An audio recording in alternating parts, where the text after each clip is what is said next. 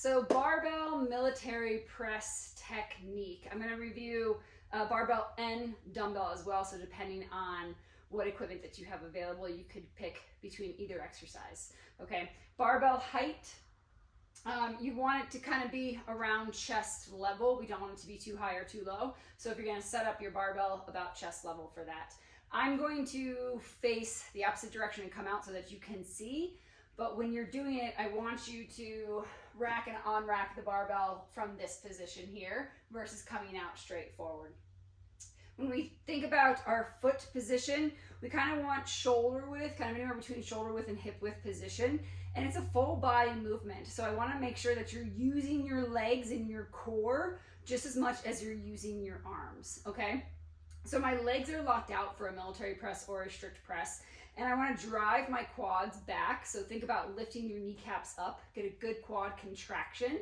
The other thing is I want to squeeze my glutes. So I want to make sure my glutes are squeezed. I want to keep my rib cage stacked over my pelvis. So from the side, I'm nice and stacked here. I'm not arching through that low back.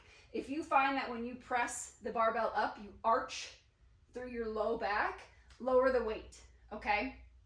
Barbell, military press, and dumbbell press, it's typically a lighter weight than what you would think. It's going to be one of your harder strength exercises. So feet, again, anywhere shoulder width to hip width. Quads, we're driving them back. Think about lifting your kneecaps up. We're stacking our rib cage. We're squeezing our glutes, and we're activating our core. So I'm going to unrack the barbell. My hands are just kind of outside of my shoulder width. I like to use my thumbs. I'm going to wrap my thumbs around that barbell. I'm going to start with the barbell right kind of underneath my collarbone. From here, I'm going to stand up. I'm going to unrack the barbell. I'm going to ground my feet out. I'm going to drive my quads back. I'm going to squeeze my glutes. I'm going to stack my rib cage. I'm going to take a big breath in, okay? I'm going to drive my elbows forward to initiate the press so I can get my lats to engage.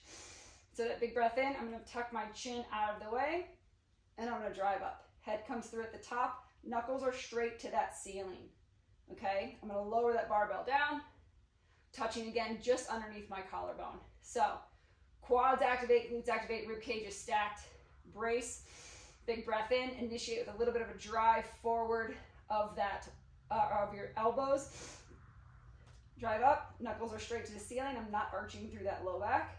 And then I'm returning to that start position. I want to think about that I'm driving these knuckles up to the ceiling. I don't want a lot of wrist extension at the top. And I also want to think about as I'm activating those lats, right? Driving those elbows slightly forward. I'm kind of corkscrewing, right? I'm getting this external rotation to help me drive and use my lats to come through. Make sure at the top, biceps are by the ears. We don't want that barbell out here. So again, if we think about driving these knuckles to the ceiling, biceps should end up next to our ears and our elbows should be nice and straight.